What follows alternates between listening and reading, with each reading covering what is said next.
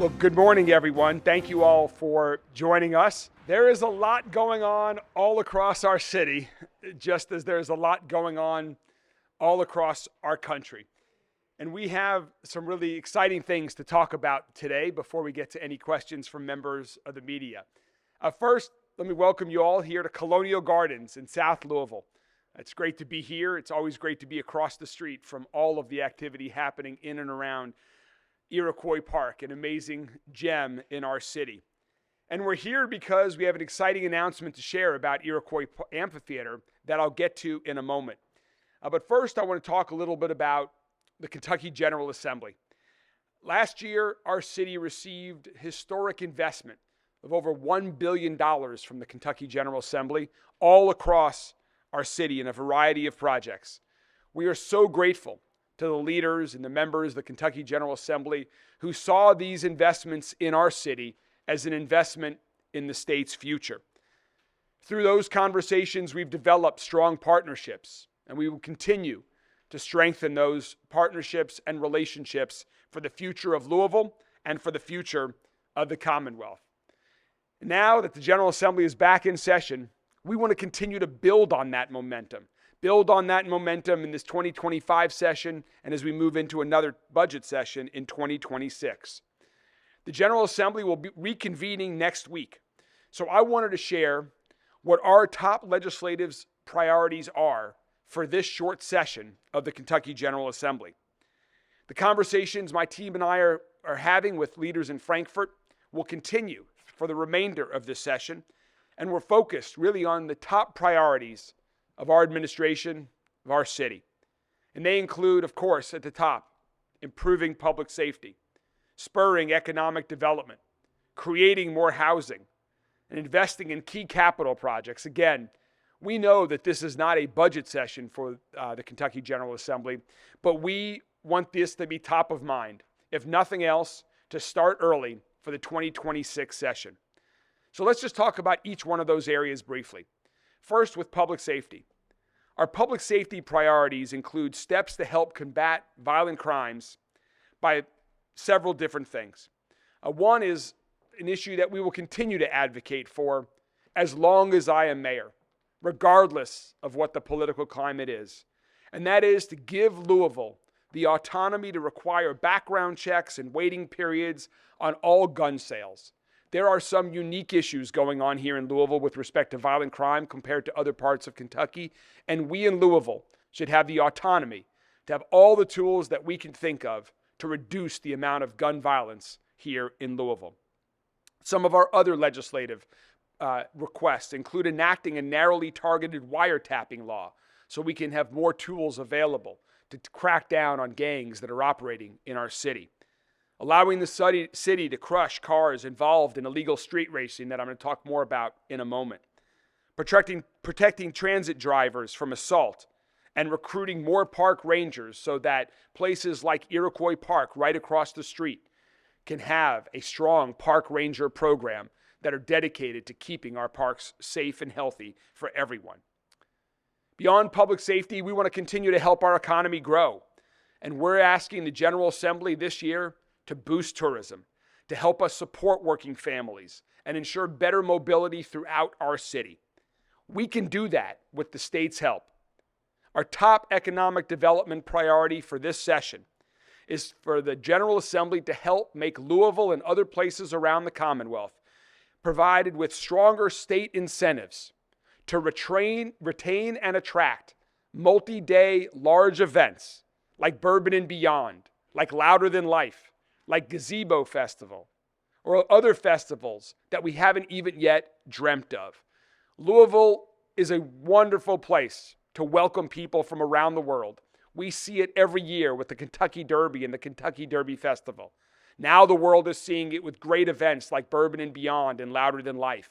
We want to expand and increase the size of those events. We want more large festivals like that, and we can do that with some help from the state. Other economic development incentives include asking the state to help us shore up the finances of TARC so that we can have a strong and vibrant public transportation system that operates across our city. And providing state support for Thrive by 5 Louisville, which is the new nonprofit we've created here in Louisville that's working to make quality early learning available for all 3 and 4-year-olds, to help children get an early start on learning and help their parents get back into the workforce. And finally, housing. Building more housing all across our city, in every corner of our county, is a top priority of ours.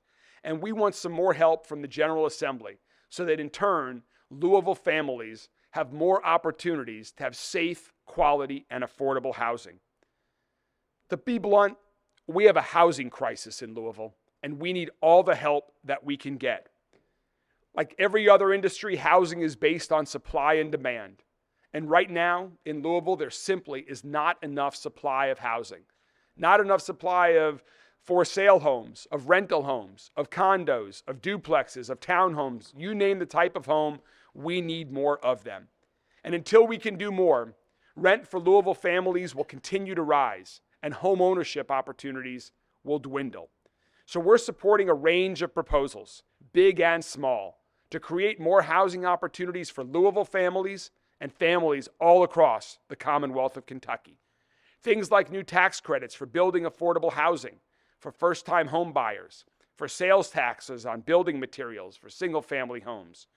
We also need to prevent bad actors who have been purchasing vacant properties and make it easier for faith-based institutions and religious institutions to build affordable rental property on their own properties.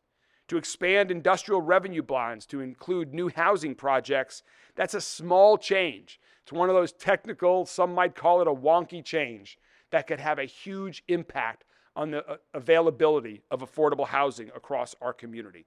We are proposing a lot of ideas. We've been in conversations with leaders of the General Assembly during the interim session in their housing task force. We're excited about continuing those conversations, anything we can do to help Louisville families and Kentucky families have more opportunities for housing. And finally, even though we know it's not a budget year, we want to talk about some of the capital projects that we're excited to ask the General Assembly to help continue supporting here in Louisville. In particular, we're pushing for more support for projects that we are already working on downtown, and we're also pushing for more support for projects here in the South End. And that starts with Jefferson Memorial Forest. What an amazing asset in our community. The largest urban forest in the entire country is right here in Louisville. And as we're working on the planning for the next generations for Jefferson Memorial Forest, we would love to have state support for that, along to continue the momentum of those investments we've already been making in downtown. We also want to work with Frankfort to invest in a new training facility for our first responders and a new aquatics, swimming, and training center to help capitalize on the momentum we have being a world-class swimming city. More details are in the release that we've provided today, and we're going to continue talking with legislators about these and other priorities in the weeks ahead. We're excited about continuing the momentum that we have with our partners in Frankfort, with Governor Beshear, with the leaders of the General Assembly in the state and the House, and we're confident that these strong relationships will cause even more good things to happen all across our city, to make Louisville and all of Kentucky safer, stronger, and healthier. And one of the things that helps make our cities healthier is our amazing park system. Again, we are right across the street from Iroquois Park, one of my favorite places to run, unless I'm running all the way to the top, in one case it's not my favorite place. In the moment, afterwards, I love it. But Iroquois Park is one of our great parks in our entire park system.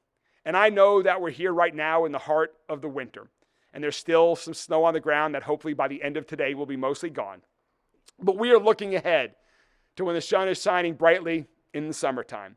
And people are going to be coming to here in South Louisville from all over the region to enjoy the beauty of Iroquois Park. People have been coming here for more than a century and enjoying this wonderful park. It's one of the original Big Three parks that Frederick Law Olmsted designed for our city back in the 1890s. And we've made significant upgrades and improvements in Iroquois Parks just in the past 2 years since I've been mayor. Last year alone, we added 4 pickleball courts. Every time I come, they're incredibly busy.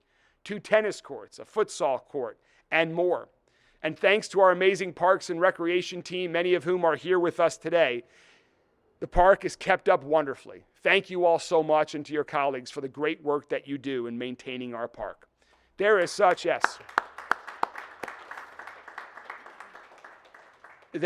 much power and value in having a great park system with lots of things to do, outdoor activities like I just described, and more. And we're lucky that one of the great gems of Iroquois Park is that it's also been part of our cultural life here in Louisville for generations. And that's because of the Iroquois Amphitheater. The Iroquois Amphitheater is owned by Louisville Metro government, and it's also the official amphitheater of the Commonwealth of Kentucky. It hosts great local events like Louisville Jazz Fest, the Louisville Philharmonia, and the Jack-O-Lantern Spectacular, which is put on by the Parks Alliance of Louisville. If you have not checked that out, put the dates on your calendar for next October already. It is a once really unique experience.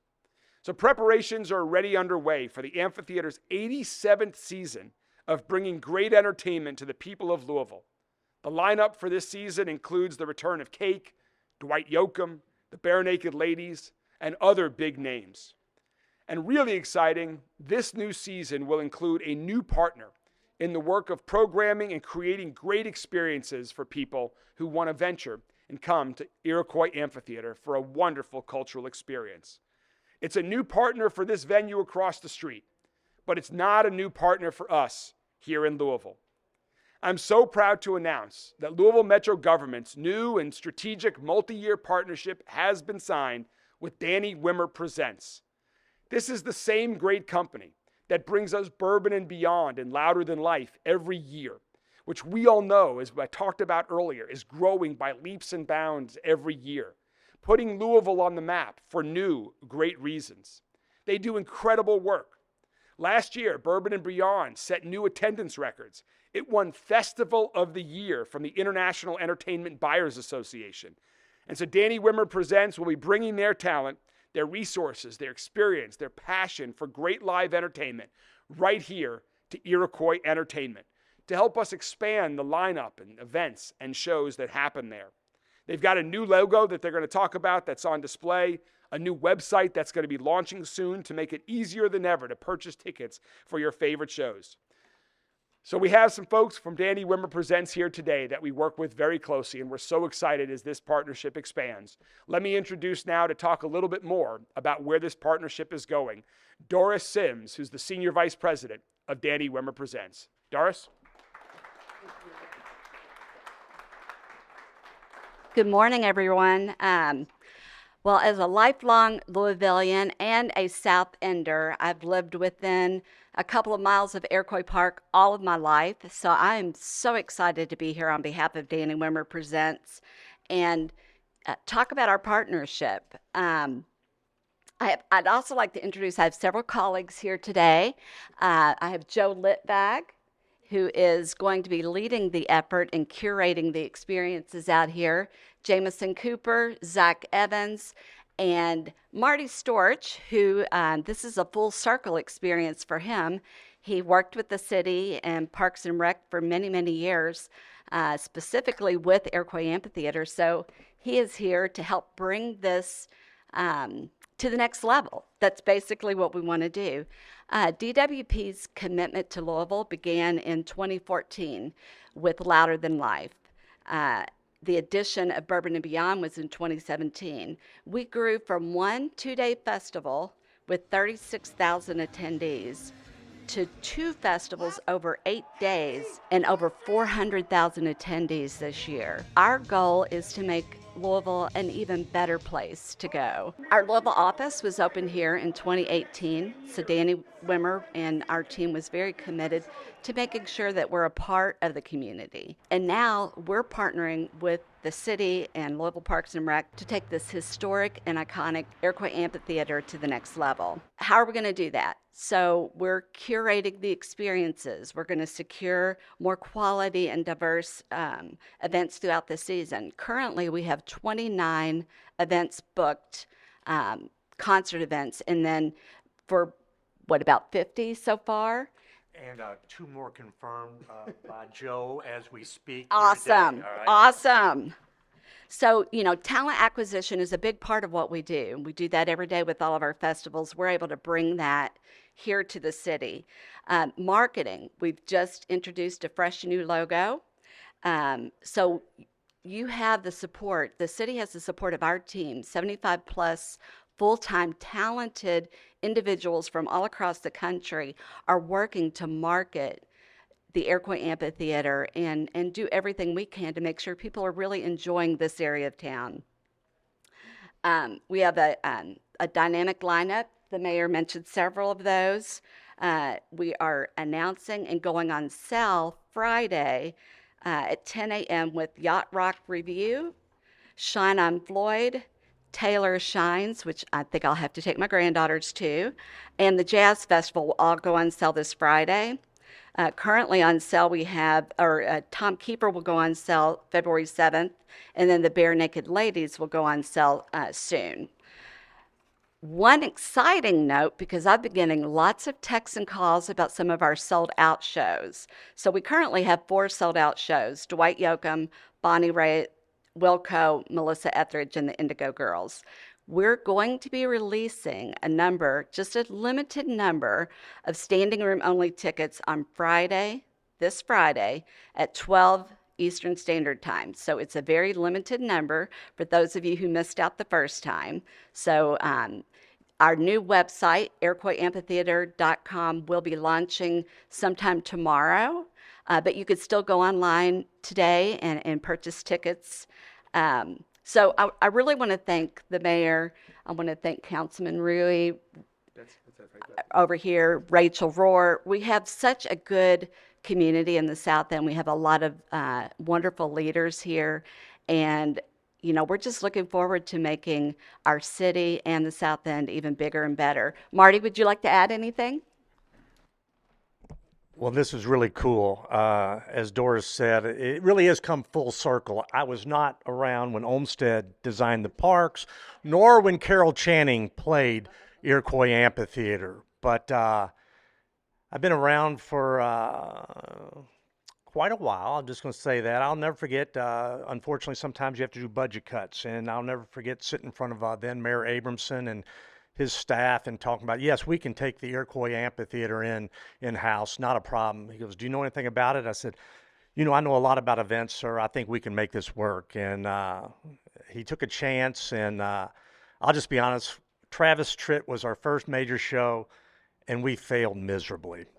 But through failures, you get to have successes. And I think back at that, but that opened up the doors to so many things. It showed that we were a viable venue, and then we had partners locally with Production Simple and some other ones that jumped in. Danny Hayes is always fond of saying, rising tides raise all ships, and I truly believe that's what the new marketing efforts are going to be. This is truly about the community, bringing the community together, opportunities to raise money for Michelle, Ben. I see Parks folks here. Appreciate you all and the partnership and the hospitality that you've shown. And it was nice not to have to ask where the restrooms were in the facility. But Mayor, we really are very excited about this. I brought all the list of the 30 plus the 20 shows and the 50, and Joe said you cannot read those names. They're not on sale yet. So I'm going to adhere to what Joe says, but Doris told you 4 of the 8 shows already on sale, 2 more shows just confirmed. So we really are looking to, as she said, rock and roll it, this year. And speaking of Bourbon and Beyond, next Wednesday will be the official announcement, official party. It will be Friday, February 7th, Haux, there in Germantown. Again, you heard Danny Wimmer wants to make a big difference in this community. He wants to be thought of as part of this community. You see the office support here. Our goal is to grow it to about 10 or 12 within the next 3 to 5 years. And I think we can do that with everyone's help. And to quote Danny Wimmer, let's go. Thanks, Marty. Thanks, Thank you, Doris, and thank you, Marty. We're so excited for this summer. We're so excited for next year's Bourbon and Beyond and Louder Than Life, and to continue to find even more ways to expand the partnership. And one more thing, those shows might not be starting until while it's warm, but there's a lot going on in and around Iroquois Park even before the summer. And so, Councilwoman Rui, I want to invite everyone on your behalf to this district. In fact, right here to Colonial Gardens. Come over the next couple weeks to decide what restaurant you want to go to before or after one of the shows at Iroquois Amphitheater. There are great things happening all year long right here at Colonial Gardens across the street from Iroquois Park. And we're excited to see this project and others in the nearby vicinity continue to grow. So I also finally want to recognize somebody. And hey, Rachel, good to see you. You want to come out, Brandon, and Councilwoman, please. I want to introduce to you all an amazing member of our Louisville community who I met through Councilwoman Mulvey Wooldridge. I'm sorry, Jenny. I'm sorry. I want to introduce Brandon Malone. Brandon Malone is a senior at DeSales High School, and we're thrilled to have Rick Blackwell and many other colleagues from DeSales with us here today to also celebrate this honor for Brandon. Because you see, earlier this month, Brandon and his girlfriend were near McNeely Lake Park, and the lake was frozen over. You remember those days. And Brandon heard cries for help. 2 teenage girls had fallen through the ice.